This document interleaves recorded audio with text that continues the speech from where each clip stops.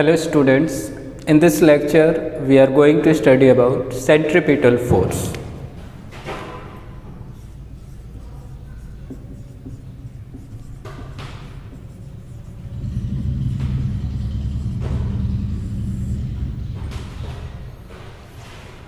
Centripetal force क्या होता है? तो centripetal force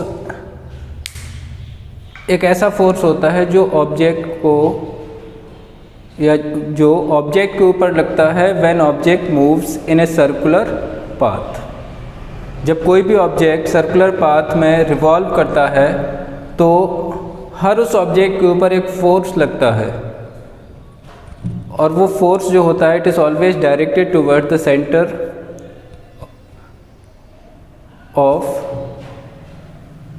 that circular path. ठीक है, तो डायरेक्टली हम लोग बोल सकते हैं कि एक ऐसा फोर्स जो एक ऑब्जेक्ट पे लगता है जब वो यूनिफॉर्म सर्कुलर मोशन करता है और वो जो फोर्स होता है उसकी डायरेक्शन हमेशा toward the centre of that circle होती है जिसके अराउंड ऑब्जेक्ट रिवॉल्व करता है। तो अगर डेफिनेशन की बात करेंगे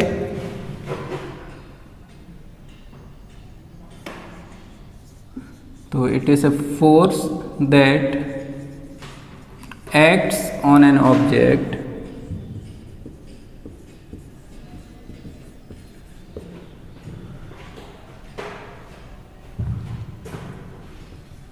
moving in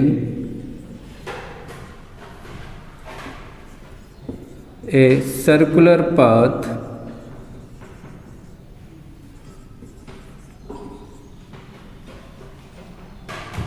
and is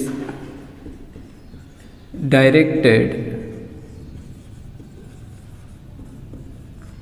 towards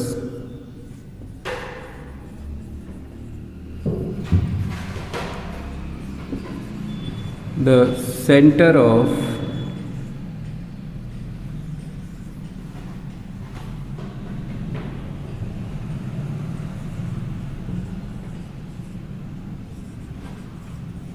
around which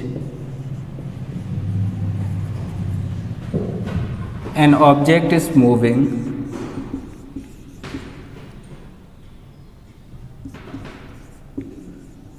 is called centripetal force.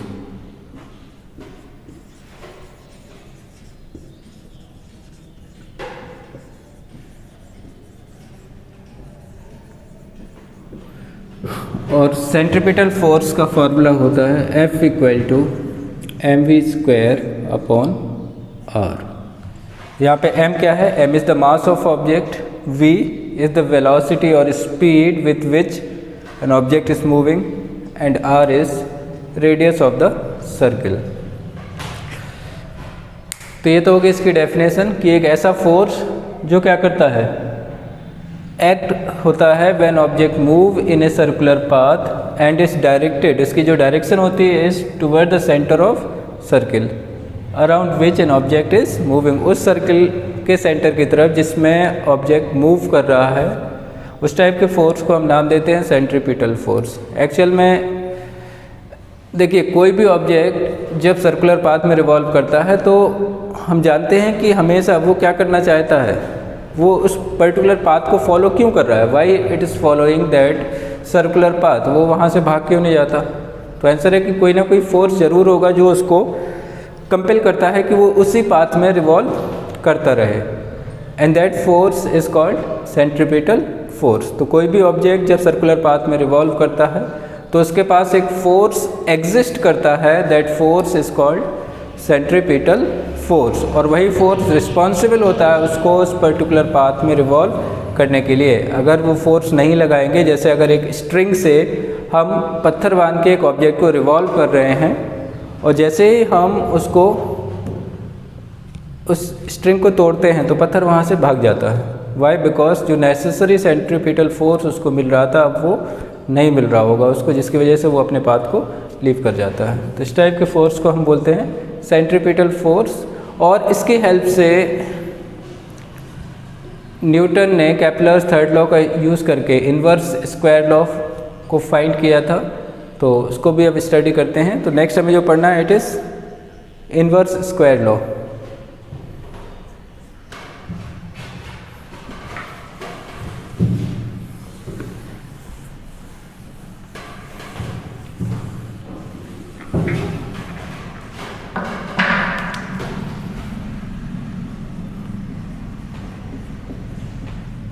Newton's inverse square law. कैसे न्यूटन ने F प्रोपोर्शनल टू 1/r² को फाइंड किया था, उसको हम लोग यहाँ पे स्टडी करने वाले हैं। तो देखिए, अगर हम जानते हैं कि कोई भी ऑब्जेक्ट सर्कुलर पाथ में रिवॉल्व करता है तो उसके ऊपर क्या लगता है, सेंट्रीपिटल फोर्स लगता है। तो हम लिख सकते हैं when an object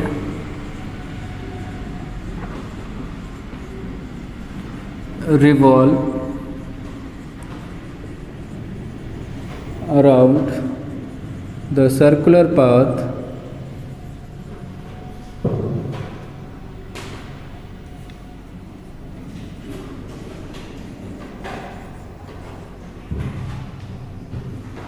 then force on an object is given as F equal to mv²/r। ये हमारा सेंट्रीपिटल फोर्स होता है जो हमने अभी स्टडी किया। तो कोई भी ऑब्जेक्ट जब सर्कुलर पाथ में रिवॉल्व करेगा तो उस पर इतना फोर्स अप्लाई हो रहा होगा। इसके अलावा हम जानते हैं हम लोगों ने यूनिफॉर्म सर्कुलर मोशन स्टडी किया था। तो कोई भी अगर एक ऑब्जेक्ट सर्कुलर पाथ में रिवॉल्व करता है तो उसकी स्पीड निकालनी हो तो क्या होता है, तो as we no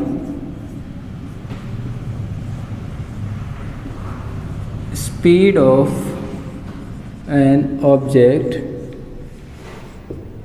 moving in circular path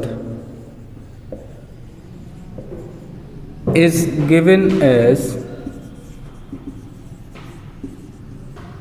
v equal to क्या होता है, डिस्टेंस अपॉन टाइम। तो ये आता है 2πr/t। ठीक है, यहाँ पे t क्या है, time it takes to complete 1 revolution. ठीक है, तो हम लोग यहाँ पे कैपिटल T टाइम ले रहे हैं। अब हम क्या कर सकते हैं, इन दोनों इक्वेशन का यूज़ करने वाले हैं।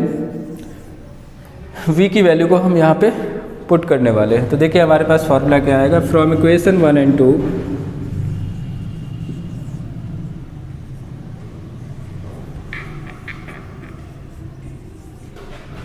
F will be equal to m 2πr/t, इसका होल स्क्वायर तो कराएंगे ही। m/r हमारे पास पहले से है और v की जगह पे हमने रख दिया 2πr/t whole square.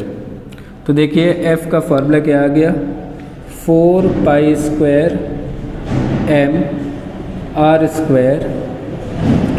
m/r² into t²। यह आ गया 4π²r², m का m रहेगा, यह आ जाएगा r इंटू t²। अब देखिए हम लोग इस इक्वेशन में r का मल्टीप्लाई करने वाले हैं और r का डिवाइड करने वाले हैं। तो देखिए क्या आएगा हमारे पास, f will be equal to 4πm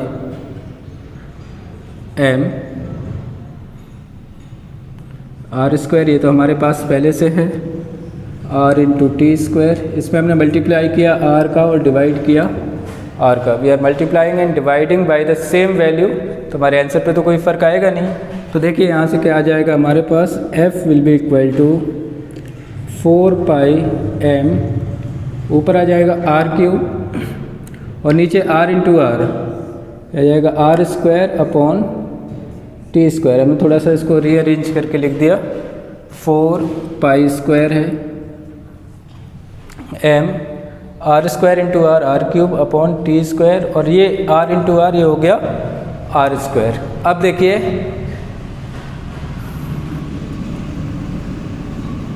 f equal to 4π² m इतने पार्ट को अलग किया r³/t², इतने पार्ट को अलग किया 1/r²। अब बेटा देखिए इसमें 4π²m, 4 एक कांस्टेंट वैल्यू है, पाई कांस्टेंट है, मास ऑफ ऑब्जेक्ट वो भी कांस्टेंट है। अब देखिए r³/t², तो थोड़ा सा याद करिए केपलर्स लॉ। r³/t², ये क्या था, एक कांस्टेंट था, तो ये पूरा पार्ट क्या बन जाएगा, कांस्टेंट बन जाएगा। चलिए ठीक है, सबको एक एक करके लिख लेते हैं। ऑल दिस आर कांस्टेंट, तो हमारे पास क्या आ जाएगा, हम लिख सकते हैं F is equal to k times 1/r², जहाँ पे k क्या है, कांस्टेंट। हमने पूरे को कंबाइंडली कांस्टेंट बोल दिया, ठीक है। यहाँ पे r³/t², ये किसकी वजह से है, ये कांस्टेंट है ड्यू टू केपलर्स लॉ।